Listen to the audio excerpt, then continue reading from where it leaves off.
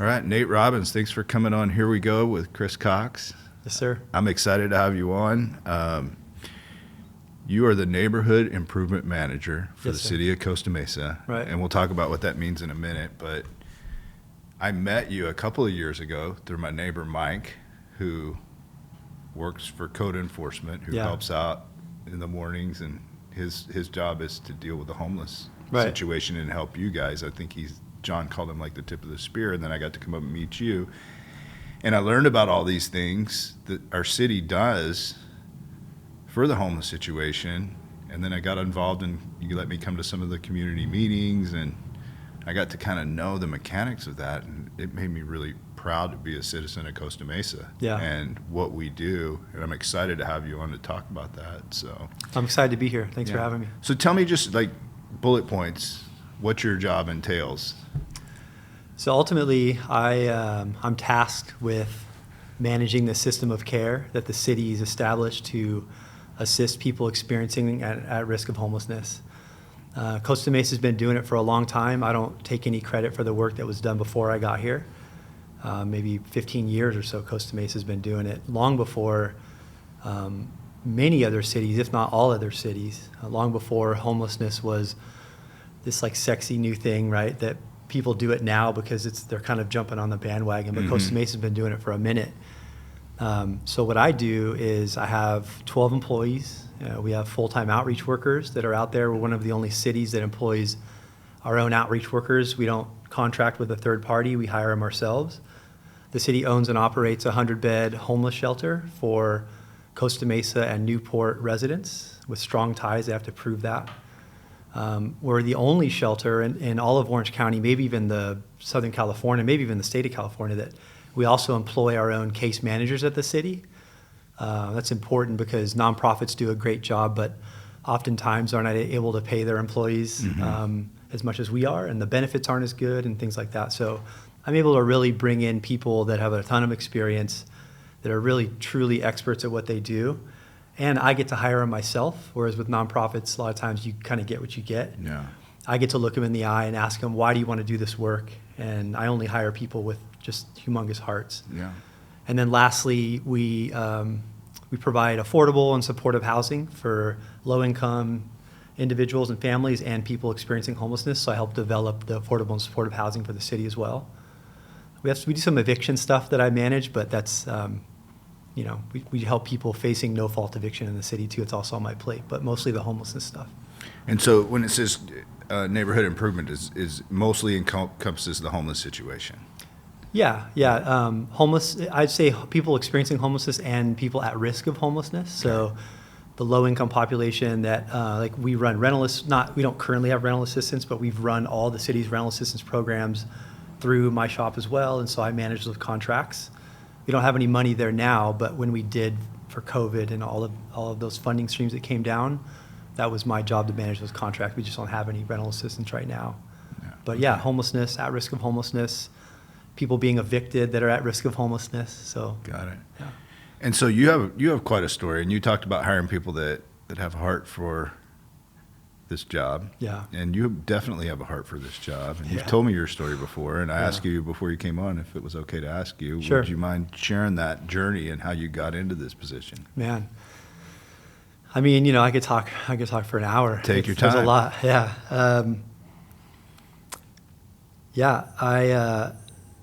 How far back do I go? So let's start. Where you grew up in Anaheim, right? You told me Anaheim. that? So I went to Loera High School. Okay. Not really known for its amazing football teams, but when I was there, we were really good. We went 8-3. We got to second round CIF. We played against Deshaun Foster, who's nice. NFL At guy. Tustin. Anyway, I went to Tustin, which is my dad's alma mater. So that was kind of a cool fix there. But got a full ride scholarship to play football for College of the Holy Cross back east. Okay.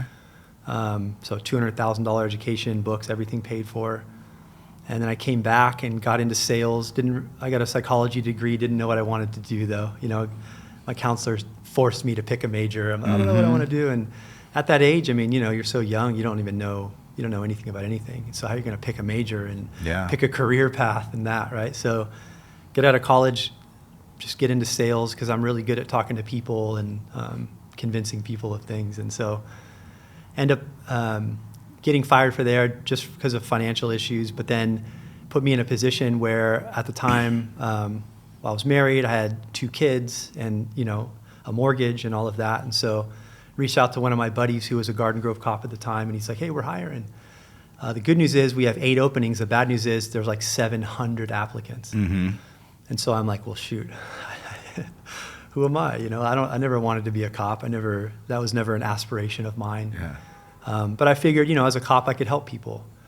So I applied, I got in, graduated #1 in my class, right? Thought, man, I'm going to be an amazing cop. This is going to be great. Did you feel like it was kind of like an extension of the locker room in football? Like, for sure. Yeah, that's kind of what happened to my son. He got out of college football and tried to get an office job and hated it. And right. Became a fireman. And he's like, Dad, it's just like football. It is the camaraderie for sure. That's people say, do you miss it? I don't miss the police work, and I'll tell you why in a second. But I miss the camaraderie, right? Mm-hmm. After calls, you're hanging out, just kind of chatting, waiting for the next call. You don't really want to get involved in too much stuff on a busy night because then you're not going to be available for the hot calls and that. But yeah, just hanging out with the guys and gals and, connecting and doing something together. Yeah. It's just, there's nothing else like it. And then, like you said, coming out of football, not really playing. I played some slow pitch softball, but once college is over, you got to kind of grow up. Once football's over, it's done. Right. Yeah, that's the one sport you're not going to go play pickup tackle football on a Friday night. No. And so it was that part was cool, but I hated being the enforcer. I always wanted to help everybody, and so.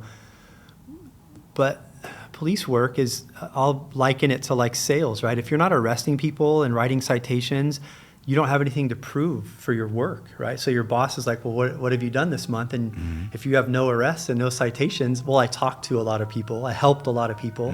It's not really the point, right? Yeah. And so I just never really liked that aspect of it. I had to arrest people, and some people need arresting, right? Don't get me wrong.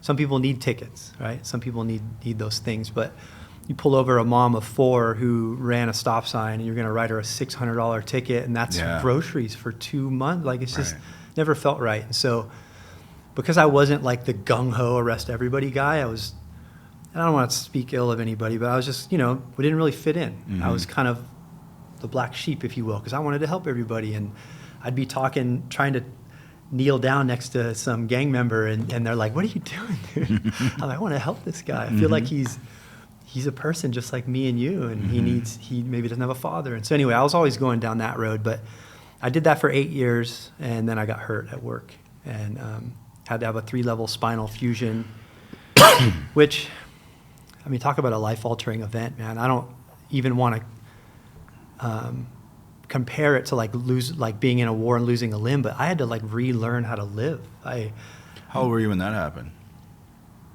So I was 28 when I got in. 28 in 08, right? And then so it was 5 years. So I was 33, I guess. Yeah. Because it's been about 13 years. I'm 46 now. So yeah. Man, it was a rough time.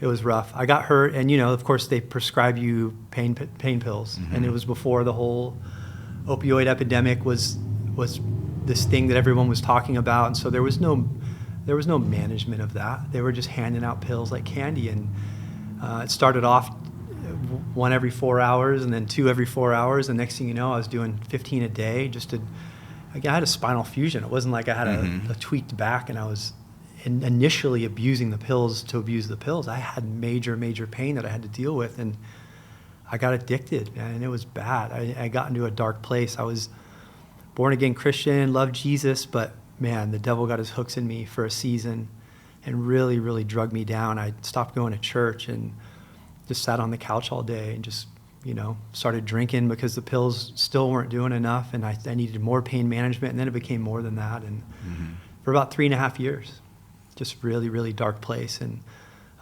only by the grace of God. So the brothers that I had left at church one day just showed up to my door, knock. One of them's got a guitar, and they're like, hey, and I'm like, what are you guys doing here? I haven't seen these guys in years, right?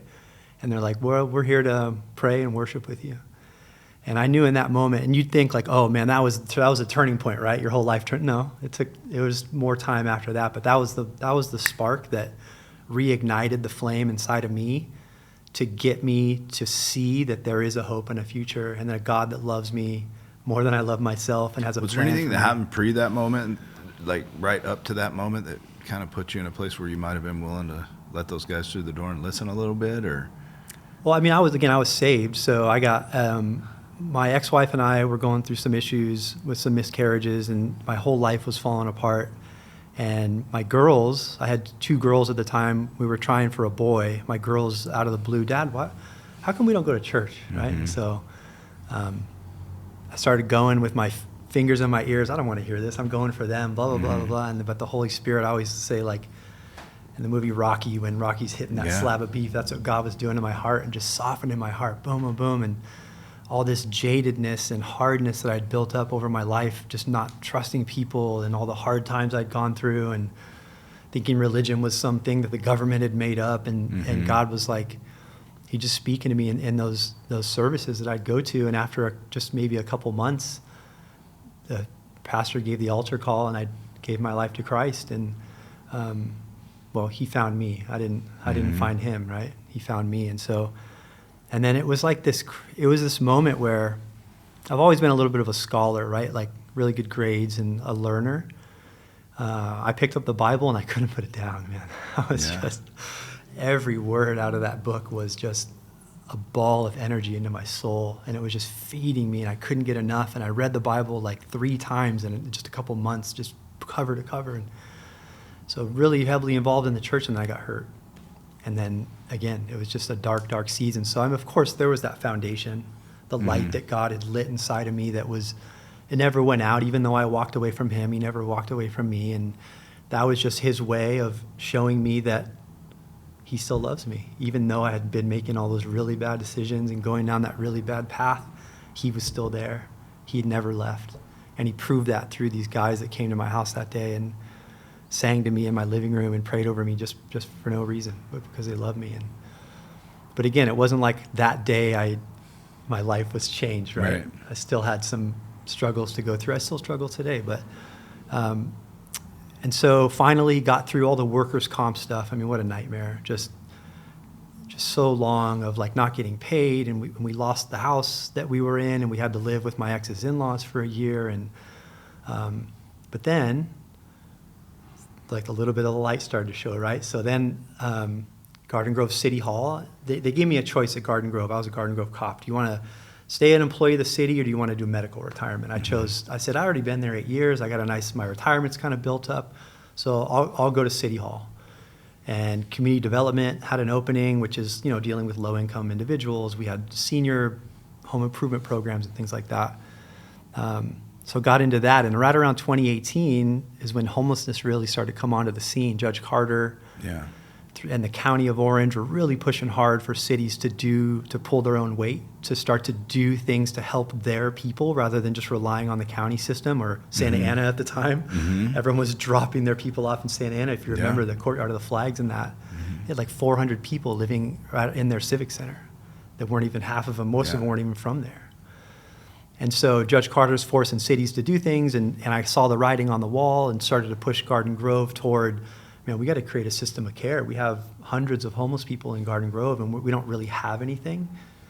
And at the time, the city was willing, but it was still fresh. Right? How do you do it, and how do you get through the bureaucracy and all that? And the money, ultimately, right. How do we pay for it? Right.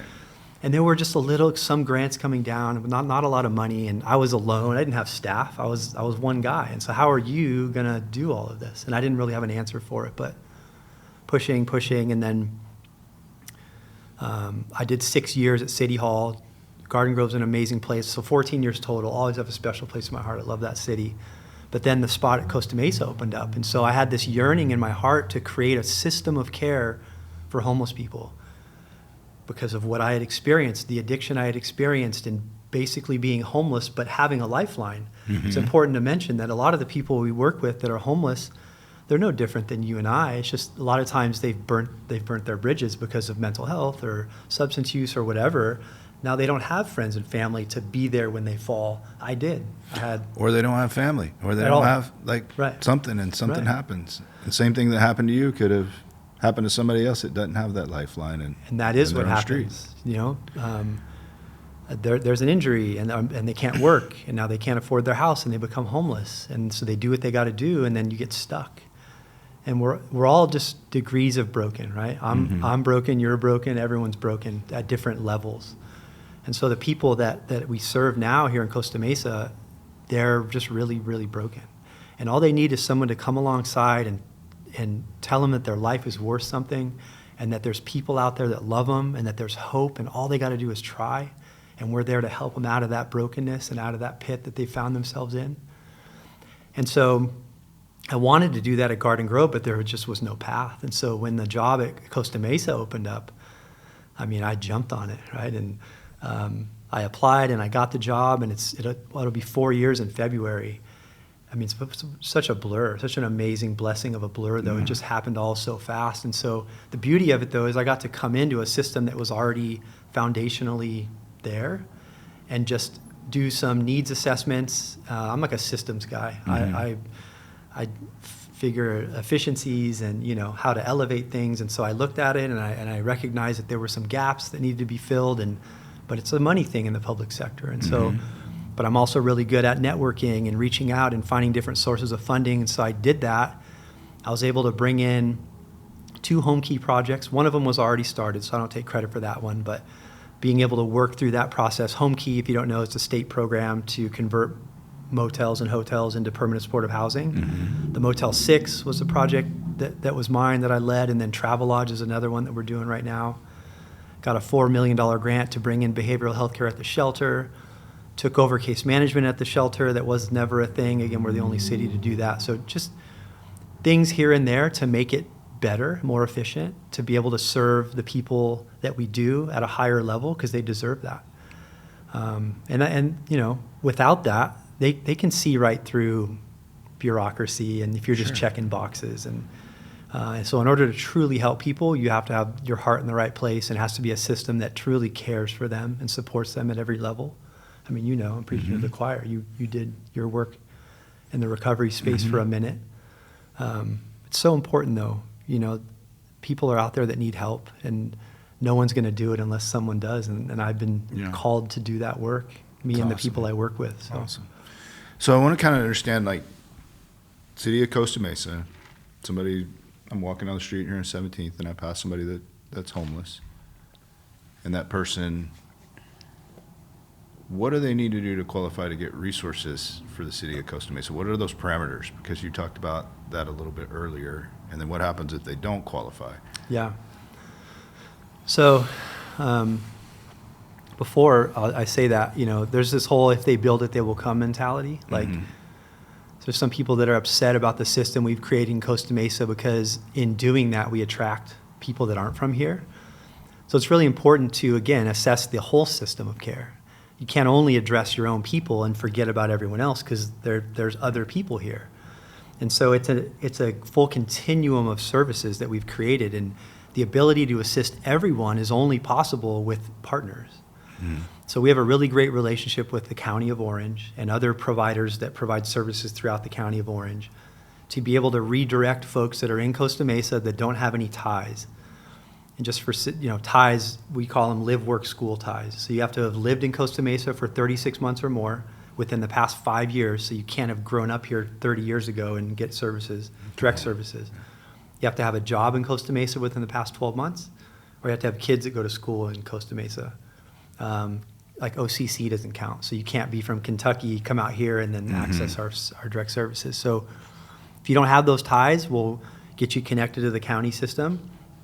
But our outreach workers, we have one full-time now, a second that's coming on, and then Mike, who you said is a code enforcement officer. The second that's coming on is actually taking his spot. He's retiring in 2 months. Yeah, Mike's done. Lucky him. Yeah.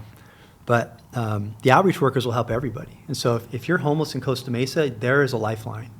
And my 2 full-time outreach workers, they'll engage with you. They'll treat you like a human being. They'll get you whatever resources you need out on the field. And if you don't have ties to Costa Mesa, they'll get you connected to the county system. If you do have ties to Costa Mesa, their first goal is to get you off the street, into the shelter. We have a 100-bed homeless shelter, the Costa Mesa Bridge Shelter. It's the best, I'm biased, of course, but it's the best shelter in the land. It's clean and it's run well, and it's the people that do the work there have humongous hearts. It has everything on site that you could possibly imagine, from primary care to dental care to behavioral health care. There's workforce development stuff there. There's weekly just kind of fun events that happen, and so it really is like just a great place to be. But that's not for everybody, and so for the folks that maybe wouldn't thrive in an environment like that, they can do everything that they can do in the shelter also out on the street. It's just harder. Mm-hmm. They're exposed to the elements. They have to be transitory because of the different laws. You can't camp in one place, so they're a little bit harder to find at times. Again, exposure to the elements means they get sick more, and so there's more medical issues. Being out on the streets for a long time can produce mental illness, and so there's those struggles. But it can be done. We've actually housed more people off the street than we have from the shelter, like 40 or 50 more. I mean, we're almost at 500, but we're at like 250 something on the street and like 230 something or 220 something from the shelter. So it's not only can it be done, it's done really, really well by my team for folks that, again, wouldn't thrive in the shelter environment. We get them document ready. So a lot of these folks don't have birth certificates, no driver's licenses, no social security cards. And because you don't have those documents, you're not able to access benefits. So they have zero income. They have health care because everyone gets health care in California, mm-hmm. but they're not accessing it. So they're not going to the doctor. Maybe their teeth are just not really good, and which can lead to medical issues. And as we're only finding out now, the gut issues can result in mental health issues. So mm-hmm. there's that full connection between all of it. Not to mention they're ignored and marginalized and ostracized by the public. So that results in, they're suspicious of everybody, and there's some mental illness there. And so it's difficult when people are out on the street, but we can help anybody and everybody. But again, the goal is to get them into the shelter. Yeah. So I want to bring up Airplane Park as an example. I couldn't go to Airplane Park 4 or 5 years ago with my daughter. I know. Right now it's like, and John Began, who I had on yesterday, confirmed this. It's like the amount of homeless people in Costa Mesa has decreased over the last 2 or 3 years. Right. And what is it that you guys have done? Like, what do you feel like? What do you attribute that to? Like, yeah. It seems way better to me as a resident that lives on Baker and Fairview. Yeah. I mean, it's still there, but it's not like it was. Right. But so the push in Costa Mesa started with the community. Not that the city was unwilling. It's more difficult to gain the momentum when it starts at City Hall, mm-hmm. rather than if it starts in the community and then that need is conveyed to the city and the city can get behind it, which is exactly what happened here. So you had the residents and the businesses and the faith-based community that came out of the works, and they said, look, there's, just like you said, there's an issue. We need to address it. And so they started the Neighborhood Improvement Task Force, which turned into the Network for Homeless Solutions that it is now, NHS. But again, that started with like the faith community and the residents and the businesses. And then they came to City Hall and said, hey, we all know there's this issue. The community's behind it. Would you guys get behind it too? And of course, the city said, yes, of course. And so that was around 2011. And then from there, it was a battle to try to get a shelter. As much as the public wanted to help, of course, there's NIMBYism, right? Not in my backyard, where, yeah, we want to help people, but we don't want a shelter. And I think really that was just a lack of education at the point. I mean, when you hear the word homeless shelter, you think of what you see in like movies and that, where mm-hmm. there's people lined up outside, there's no guaranteed beds, it's this huge magnet for illegal activity and loitering, and that's not at all what today's shelters are. They're by reservation only. Once you get a bed, it's your bed until you're exited from the program or you find housing. So that's your residence. It's where you live. There's a ton of services on site. Again, there's no walk-ups or walk-outs, so there's no line outside. In fact, the Bridge Shelter, if you drive by, you wouldn't even know it's a shelter. Yeah, I mean, I toured it. Yeah. I had no idea. No. And it's over in an area of Costa Mesa where there aren't residential industrial places. It's in an industrial area. I had to check in with a guard. Yep. Yeah, all that. They had to have my name on the mm-hmm. list. It wasn't just like show up and no. And you're right, it was clean, it was beautiful. The kitchen was beautiful. Yeah. I mean, people were smiling and it's a great place. But maybe we can get back to that. But So yeah, Airplane Park, I mean, everybody knew. It wasn't like people were ignorant of the fact that that area was bad. It was just, what do we do? Because there's no money for it. At the time, there's no money for that. And so again, it was a little bit of a struggle, and they tried, I think, a couple times to present it to the community, and the community kind of came out and said, I think they had a spot identified, and then it was like, we don't want it there. And so they had to kind of retool it and educate the community. It's not what you think it is. It's going to be exactly like what we just talked about and what we'll talk about here in a little bit. And so the community started to get behind it. And then that final push over the finish line was in 2018, when Judge Carter came on the scene. There was what was called the Catholic Worker Lawsuit, when they cleared off the riverbed. Mm-hmm. Costa Mesa was included in that. And so as being included, Costa Mesa was required to build a shelter that could house at least 60% of our homeless population. And so we were essentially forced to. So the community, again, we had a lot of support, and the council was fully behind it, and staff was fully behind it, but we really kind of needed that push. Like, hey, we don't have a choice. We have to do this, right? And so we did. We bought a building over off of Airway, just adjacent to the airport. And then, but in the meantime, in order to fulfill the requirements of the lawsuit, we set up a temporary 50-bed shelter at the Lighthouse Church, not Lighthouse Church of the Nazarene, off of Anaheim, right next to Airplane Park. And so we had 50 men and women there, and we ended up housing like 175 people in 2 years out of that temporary, just kind of pop-up facility. It was a really, really successful program. So that was the beginning of it. You got to give people a stable, secure place to take a breath, to be able to focus on the things that they need to focus on, to be able to not just get into housing, because this whole housing first model in theory is okay, but if you're putting sick people in housing, they're just going to recidivize. And so that's what's been happening a lot. But, we had a lot of success then, and we housed a lot of people. We connected a lot of people back to their cities and states of origin. A lot of people know Costa Mesa is called Rehab Riviera. I mean, there's more rehab places here than anywhere in the country. So we get folks from all across the United States coming here to get clean. Unfortunately, a lot of the programs don't support them, and they end up falling out.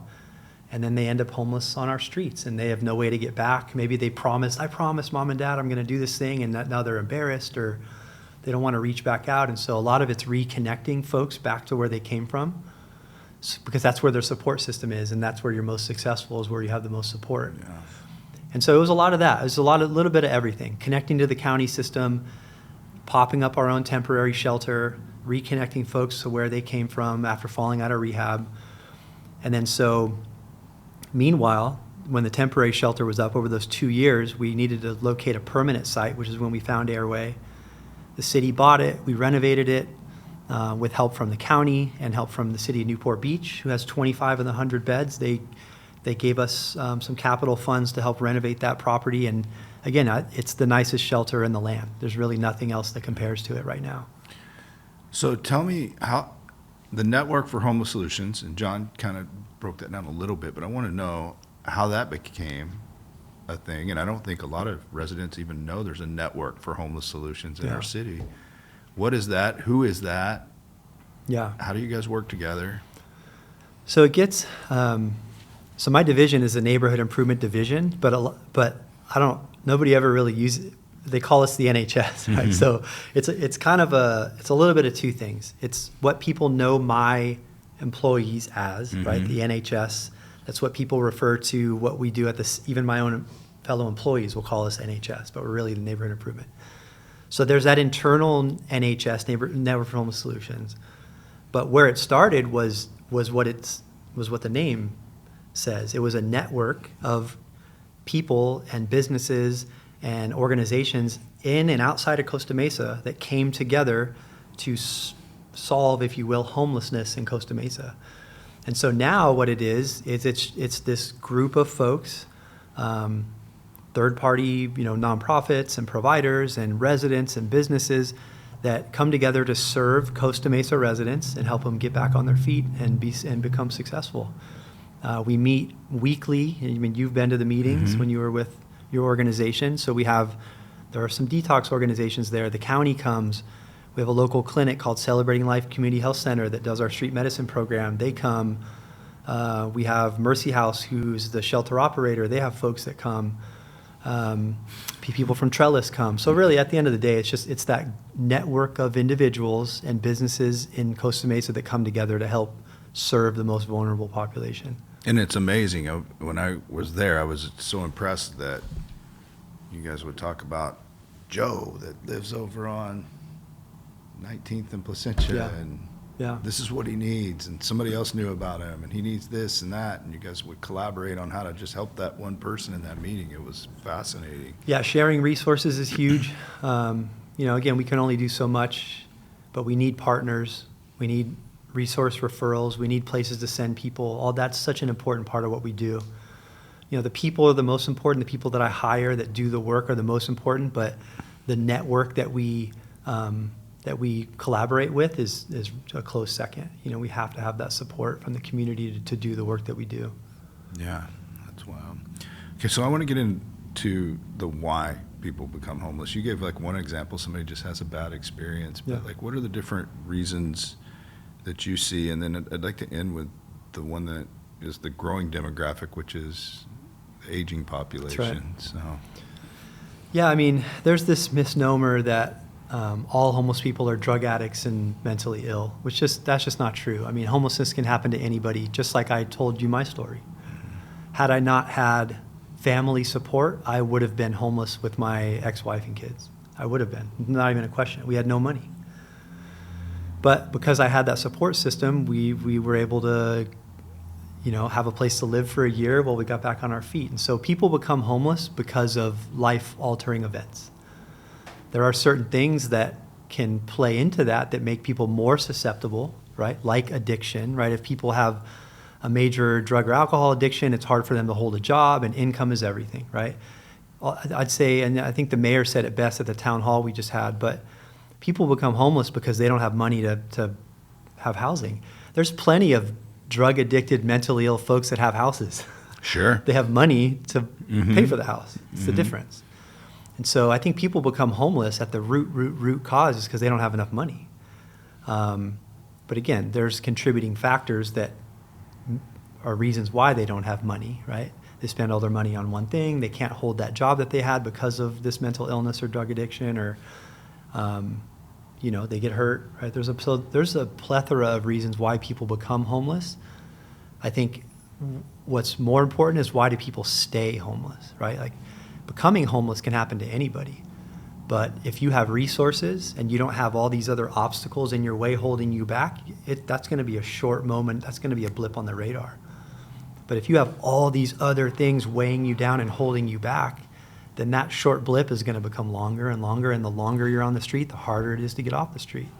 The longer you're on the street, the more addicted you get, the more mentally ill you get, the more in debt you get. You might become justice involved, and now you got arrests, and no one's going to hire a felon, and then it's just stack, and then good luck shedding that off. Thank God there's programs, care court and homeless court, where we can have some of those things eliminated to give you a fresh start and a new chance. And there is detox, and there is behavioral health care out there for folks to get assistance. But if you've been told your whole life you're worth nothing and you can do nothing, and you've been treated that way, well, you're going to believe that.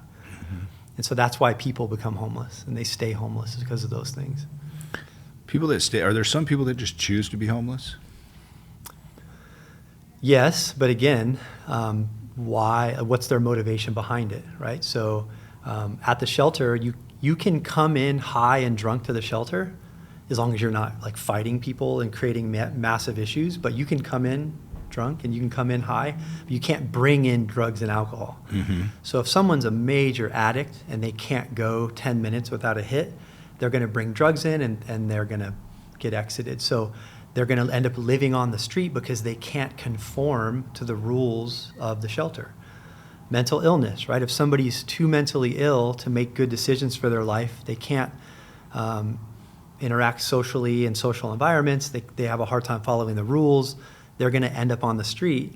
So to say that they're choosing that, it's a little harsh, because I believe that if everyone was clear-minded and didn't have addictions and things, no one would choose to be homeless. Right. But but their addictions and those things are keeping them homeless. Again, it's not about why, it's what's keeping them out there. Yeah.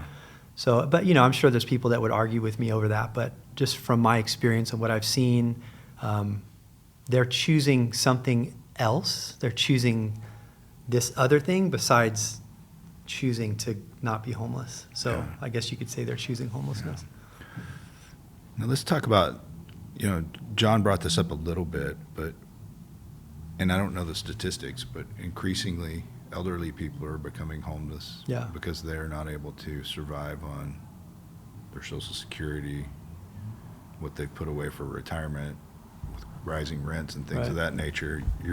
John said you guys are seeing a lot more of that. What is your take on that? What are you seeing in that area?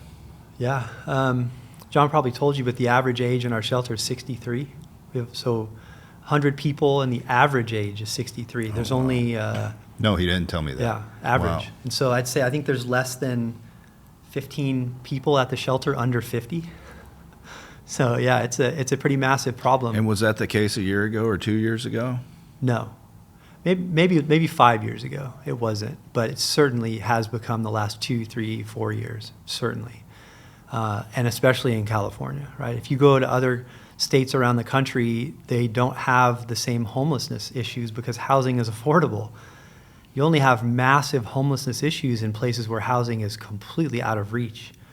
And I'm talking out of reach for almost anybody. I make good money, but my wife and I made the decision that she would stay home to raise our kids. We don't want a stranger raising our kids. So even with the good money I make on the single income, we're tough. We're pinching pennies. Sure. And how okay, we can't do that this month because we got rent coming up, and it's so expensive. And so with someone like me struggles to pay rent, I really don't know how anybody does it. And so if you're on a fixed income, I don't know if you know this, but the max Social Security right now is like $1,600 max, and that's like 10% of folks. Most people get $1,200 or less, $1,200 a month.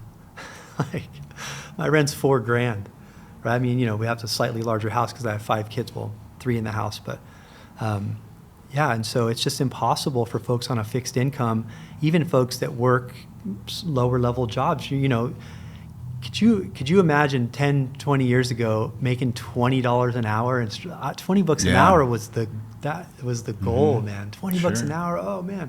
Now, right, minimum like fast food's making $20 an hour, and that's not even a living wage. Yeah. High school kids are making that now. Yeah. Right. And so the fact that the income has gone up that much, yet the cost of living has gone up exponentially more. And then throw in healthcare. Healthcare is becoming that's the next tsunami that's going to hit that a lot of people aren't aware of, is the rising costs of healthcare are going to really, really start to have a detrimental effect on people's ability to they're going to have to choose healthcare or housing or food, right? They're going to have to start making these decisions. And if you don't have healthcare, all it takes is one incident, and that's it. Every penny you've ever earned or you will earn now goes to your healthcare bills. And now you certainly can't afford housing, or you can't work because you're hurt. And so I think that's again a tsunami that's coming our way that's going to be a big issue. But yeah, the senior population, it's there's not a ton of support out there, and I'll tell you why. So the system of care is set up to prioritize folks with a long length of homelessness. So you have somebody that's been homeless for 30 years, they're going to be top of the list to get housing. If you don't have at least 12 months of homelessness and a disabling condition, so if you're a well-bodied 70-year-old man or woman who recently their husband passed away, now you can't afford your house and you become homeless, brother, there is nothing out there, nothing. You're on your own. You can go to a shelter, but you're going to sit there. And that you've never been homeless, and so you're surrounded by these people who, maybe it's been their whole life and you don't really fit in, and there is no other hope. If you're on a fixed income, you've never been homeless, and you're not disabled. Even if you are disabled, you're going to sit in a shelter for a year before your name's even pulled out of the hat. And if you don't have a disability, you're still in line. Right. Oh yeah, you can't even get on the list. Your hat's not even or your name's not even in the hat. So yeah, it's a big problem. Just the other day, John brought in somebody that he was 88 years old, never been homeless, his I don't remember exactly, so I don't want to misspeak, but I think his wife passed and wasn't able to maintain the house, and he's 88, never been homeless, living in the shelter. Like, nobody, they don't deserve that, Yeah. They've worked their butts off their entire lives thinking that Social Security was going to support them, and it's not even close. It's not even a quarter of what they need to really get by. And this is one of our residents of Costa Mesa. Of course, yeah. They lived here 30, 40 years, maybe even longer. 88 years old. It's not like they've found themselves here. This is their home. Yeah. But thank God we have the shelter, right? Thank God that there is some help. But to look him in the eye and say, I don't know what to do with your case. I mean, there's really nothing else you can tell him. So it's discouraging. But I think that there's a lot of people out there that care, and there's a lot of people that are doing a lot of things to try to change that. And so it's not like we're stuck in this place and it's never going to get better. I think it just takes time. The bureaucracy of the public sector moves very, very slow. Not that it doesn't move, it just moves slow. And so it's very reactionary in that way. And so, again, as long as there's people that care and that there's political will in specific cities, and there is, right? Every council member I've ever met supports vulnerable populations. I don't think people know Right. that Right. fact. I mean, I don't, I was telling my wife about it last night after. She's a member of the community. Yeah. I don't think people know and are aware that that's a major problem and a major issue. It is. And family homelessness is right up there. It's different, though, because family homelessness, you typically have two people that can earn a wage. Mm-hmm. A lot of times one of them is disabled, though, at least the families that we come upon, or single moms, some of them fleeing domestic violence. So there's a lot of different factors. But when there's children involved, the parents will stay off the radar because they don't want their kids to get taken away. Mm-hmm. So they're not at the front of the line asking for resources because they don't want anyone to know that they're homeless. So they're living in garages. They're 5, 6 families in a house living in an unpermitted garage. It's a massive fire hazard, living out of their cars. There's 600 Tier 1 McKinney-Vento homeless students in Newport Mesa Unified School District. What's McKinney-Vento mean? It's a slightly lower level threshold of homelessness. So the HUD definition of homelessness is literal homelessness. You have to sleeping in a place not meant for human habitation. So on the side of the road. McKinney-Vento says it's more along the lines of like housing instability. You can still be considered homeless. But it's not. It's a place that's not theirs. Again, they're living in a garage, living in a motel, living out of a car. So they have shelter, but it's not adequate shelter. Especially They have not something. For a child. They have a roof over their head, but it's a car. It's a garage. It's a storage unit or something like that. Exactly. And so that's another sector that gets no attention because nobody's blowing their horn because, again, it's a secret. They don't want to be known. People are scared to have their kids taken away. They're super scared. And so that's another segment. I mean, the individuals that are homeless get all the attention. How are you guys notified when like a young person's homeless, a kid is homeless with their family? How does that normally happen? So there's a couple different ways. The city has a 24-hour hotline that anybody can call called the NHS hotline, 714-754-5346. Anybody can call at any time from any city, right? I mean, we can only directly help Costa Mesa residents, but anybody can call that number. And my team is so good at getting back to people, pointing them in the right direction. So families will call that. Lots of people call that. I think they get just short of 2,000 calls a year on that line. It's a lot. The other way is people go to the, officers will get called out on an incident, maybe a domestic violence incident, and they'll find out that this woman is sleeping in a car with her abusive husband, and so we'll find out that way through the PD. But a lot of times it's through the school district. They have what are called school community facilitators, who are like campus social workers, if you will, and they work with the students. They identify the students that are struggling. Maybe they're coming in wearing the same clothes every day. Maybe they don't, smell fresh. Maybe they look super skinny and disheveled, and so they're really good. They'll approach them, ask them if they need help, or where did you guys sleep last night? Oh, in our car. Is it okay if I call your parents? And so a lot of times it's that connection. They'll then call my outreach workers who will connect with the family. Molly is an amazing outreach worker of mine she's the one that deals specifically with our families. She has direct access to sign these folks up to the Family Solutions Collaborative, which is a collaborative in Orange County that serves homeless families. So they'll get connected into that system. She puts them on the bed reservation list for the county shelter system, which there's not a lot of shelter beds out there for families, but there are some. And so really it's about referrals. And there's not much out. The city has the homeless shelter, but it's for individuals only. We don't have any shelter for families. So other than getting them connected, there's not really much we can do. You guys work with a lot of the churches and things like that when that happens, and try to help figure things out that way, or? Yeah. I think if there's a specific need, the churches always come out. The churches are one of our greatest resources in that if there's a specific need that they can fill, again, specific being the key word, because if you say, hey, we need help, like no one's going to call.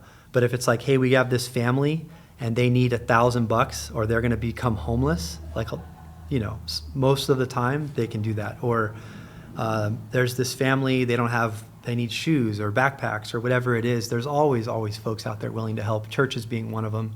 We have a great church right next to the shelter called Grace Fellowship. They send their congregation to the shelter once a month to do community events, trivia night, bingo night, karaoke. They do cornhole tournaments. They'll barbecue with the folks. And what's beautiful is they when they come, the guests are so excited and they're so happy. And when you ask the guests, why do you like it when Grace comes? It's because they don't need to be there. They come for no other reason than to just be with us. And in a world where people ignore homeless people, again, ostracized, ignored, oppressed, all of that, to have somebody come for no other reason than just to talk to you and hang out, it's really one of the most uplifting things that goes on at that shelter. That's and cool. It comes from the faith community. I mean, we would invite anybody to come. If anybody wants to come and do that, you're welcome. But usually it's the faith community that they're the ones that come out and do that type of stuff. So super blessed by it. Got it. So I want to go kind of back up and go back to the elderly situation. You said it is getting worse, and you don't see it really getting better because costs are coming up. Now we have the healthcare situation. Is there anything you see working in government that could be an answer to that situation, that crisis? What more can people do? What can people advocate for? Yeah, I mean, it's hard. It's so hard because Social Security is a broken system. It's running out of money, not getting better. So I think the problem is the promise was made back in the day that, hey, if you pay into this, it'll save you when you're retired, and it's just not there. And so that's hard on a lot of folks because they put all their eggs in that basket. They don't have a 401k. They don't have anything else that they've saved up because they've expected this to pay for things. And so that's difficult because then what else really is there? I mean, to increase your income as a person that's older or disabled and can't work anymore, really the only thing out there is public benefits or going back to work. But then there's other challenges there. And so I think the biggest thing is housing. I mean, if it's a supply and demand thing, and people would disagree with me on this, I know, but we need affordable housing, but we just need housing. It's the lack of supply that's taken the prices up. And so affordable housing is great, but just housing in general, if we have enough housing for the folks that are here, that demand goes down and then you can't charge as much because there's more housing than there are people. The problem now is the landlords can charge whatever they want, as we've seen. Yeah. My rent went up $1,300 overnight. We got evicted out of our place because the owner was going to sell, and then the new place we got into was $1,350 more. Yeah. And it was like the cheapest thing we could find. So you blink your eyes, and it's just out of your range. So I think really the only solution is, like I said, somehow creating an income stream for folks that are older, whatever that is, and then just the solution for everybody is just more housing. And Costa Mesa is on the, we have, I think our arena number, the state does this housing needs assessment, and Costa Mesa's got like 11,000 housing units that we have to plan for, and so we're doing our part, and so is every other Orange County city. We all have RENA numbers that we have to meet. But it's hard. It's in an infill city where there's no vacant land to just build on. Irvine's super lucky in that they have a bunch of vacant land they can just build thousands of housing units on. Yeah. where are we going to do that here in Costa Mesa? And that's real political because it's going to increase traffic and blah, blah, blah. And, you know. Of course. Like, but, you know.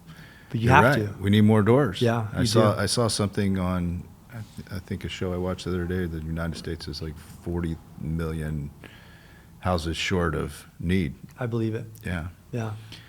So what would you tell somebody that's a resident that just really doesn't know much about the homeless situation, that might walk by that person in the Target parking lot and hand them $5, or, you know, they really want to help, have a heart for the homeless, just don't know what you know, what I know. Like, what would you tell that person? I mean, my wife asked that question too, because we live in Fullerton, and we'll drive by someone experiencing homelessness, and she said, hey, let's stop and give them some money. And, you know, personally, and this is what I tell her, that person has access to anything they want. They have access to housing, they have access to clothing, to food, to money, health care, for free. They're out there, not because they need your money necessarily. I know we talked about it's an income issue, but that's an overarching issue. So giving someone $5 is not technically going to help their situation. If anything, most of the time, they're going to use it to buy alcohol or drugs, right? And so I would say that if someone's in Costa Mesa and they want to help, it's you help with your time and your energy. If you want to help financially, you can call me. I can find a place for you to give your money. But typically people just want to be able to give back with their time and energy. And so there's a lot of different ways to volunteer. There's an organization in Costa Mesa that was founded here called Trellis International. Ian Stevenson's a great, great man and friend. He's the executive director of that. They run Love Costa Mesa. There's a ton of volunteer opportunities through Trellis. The shelter operator, which is currently Mercy House, has volunteer opportunities. So if you want to give back, you can get involved with Mercy House and come to the shelter and help out there. The kitchen operator, which is Bracken's, I should have mentioned them earlier, Bracken's Kitchen, and Bill Bracken, again, such an amazing man. This guy, he's known all across the country, but he's one of the most humble men you'll ever meet in your life, loves Jesus, gives his whole heart every single day into the work he does. And, you know, he feeds the entire shelter 365 days a year, and it doesn't cost the city really that much. I mean, it's just a great program. The shelter has $1 million commercial kitchen like you'd find in any 5-star restaurant. So Bill and his team send staff there every single day. They're there almost 24 hours cooking and cleaning for the guests of the Costa Mesa Bridge shelter. They have volunteer opportunities too. They have a program with Vanguard where students can get $10,000 off their tuition to do 450 hours of service through the College Core program. So they learn how to manage a kitchen, they learn how to cook and clean and keep it up to health standards. And again, I did the math, they make $22 an hour. Oh, that's cool. 450 hours for $10,000 off their tuition, so great program. We have an internship program with UCI as well. They send over some of their students to get kind of the same deal where they get some money off their tuition to do volunteer hours. And so they go through some, they're able to give back and run workshops with the guests and help my staff with the kind of day-to-day stuff. And so, but yeah, you can volunteer at the shelter, you can volunteer in the community, really just giving back with your time. I think it's like I said, the hardest part for people experiencing homelessness is the fact that they're ignored. There was a study done, I don't remember when or by who or what, but they asked, thousands of homeless people, what's the hardest part about being homeless? It's being ignored. Mm-hmm. Being treated like you don't even exist is the hardest part. Not knowing where your next meal is coming from, not that. And so if you really want to help somebody get well, notice them, recognize them, find out their name, especially if it's the same person. Holy moly, how hard is it to say, what's up, brother? Hey, sister, what's your name? Brian? Hey, Brian, nice to meet you, bro. My name's Nate. And then you see him again. Hey, Brian, what's up, buddy? How's it going? How you doing today? I love you, man. Or that's what I would say. But hey, I believe in you, brother. You can do this. Mm-hmm. Or the city has advocating for the city. The mm-hmm. city has resources, man. I heard Nate talk on a podcast. They have all these resources, man. That sounds like a great system. Have you ever? No, I don't. Oh man, you should. You can do it, brother. So, just swimming against that grain, right? Everyone does the same thing. We're all like sheep, and we just do the same thing. But swimming against that, looking someone in the eye, letting them know that they matter and that mm-hmm. you care about them is the biggest thing you can do to change that person's life. That's beautiful. Yeah. Yeah. So what do you want, last question, what do you want people to know just in general about Costa Mesa and what we do for the homeless. You know, if you had to just run into somebody for a couple of minutes and you just wanted to let them know everything that we do and how we care as a city, what do you want to let our community know? Yeah, well, I'd say that if you live or work or play in Costa Mesa, you should be extremely proud. This city has done more and is doing more for people experiencing at risk and at risk of homelessness than almost any other city in I'd even put it up against the country. Our council you have such a supportive council that allocates money to this problem. They pour their hearts out into the work that they do. The city leadership, you should be so proud of the city leadership that make the difficult choices to swim against that grain, like I said, to make choices that aren't always popular.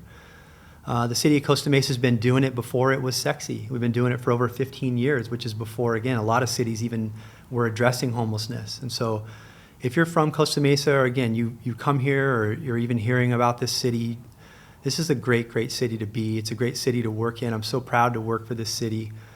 It's something that I wake up every day and I'm excited to do because I have the support from the council and my leadership to be able to do what I have such autonomy to implement programs and services and do things the way that I think they should be done. And you know, I've been blessed in that way. We've set up a really, really amazing system. Again, I'm biased, but there's no other city that does it like us, with our own outreach team, with our own owned and operated shelter, with our own case managers. Two of the 5 Orange County home key projects are in Costa Mesa. Nice. And 110,000 people, little tiny Costa Mesa has 2 of the 5 home key projects. So we're doing our part here. We're doing more than our part here. And so if every city did what Costa Mesa has done and is doing, we could get really close to solving this issue. We really could. But you have what Judge Carter called silos of excellence. Mm-hmm. Certain cities doing really great things and other cities just relying on other cities to do the work for them. And, you know, it is what it is. I get it. Again, I know that the needle moves extremely slow in the public sector, so I'm not talking bad about those cities, but it's time to step up because this issue is not going away.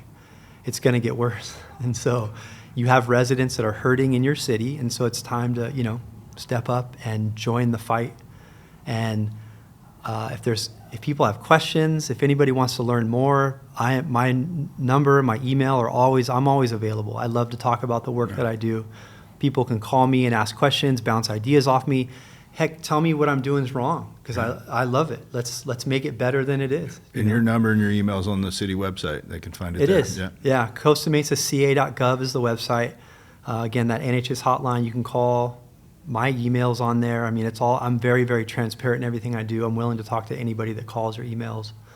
Always willing to share knowledge and information, answer questions, and again, take feedback. I love to hear feedback from people. That's how we get better. Love it. Yeah.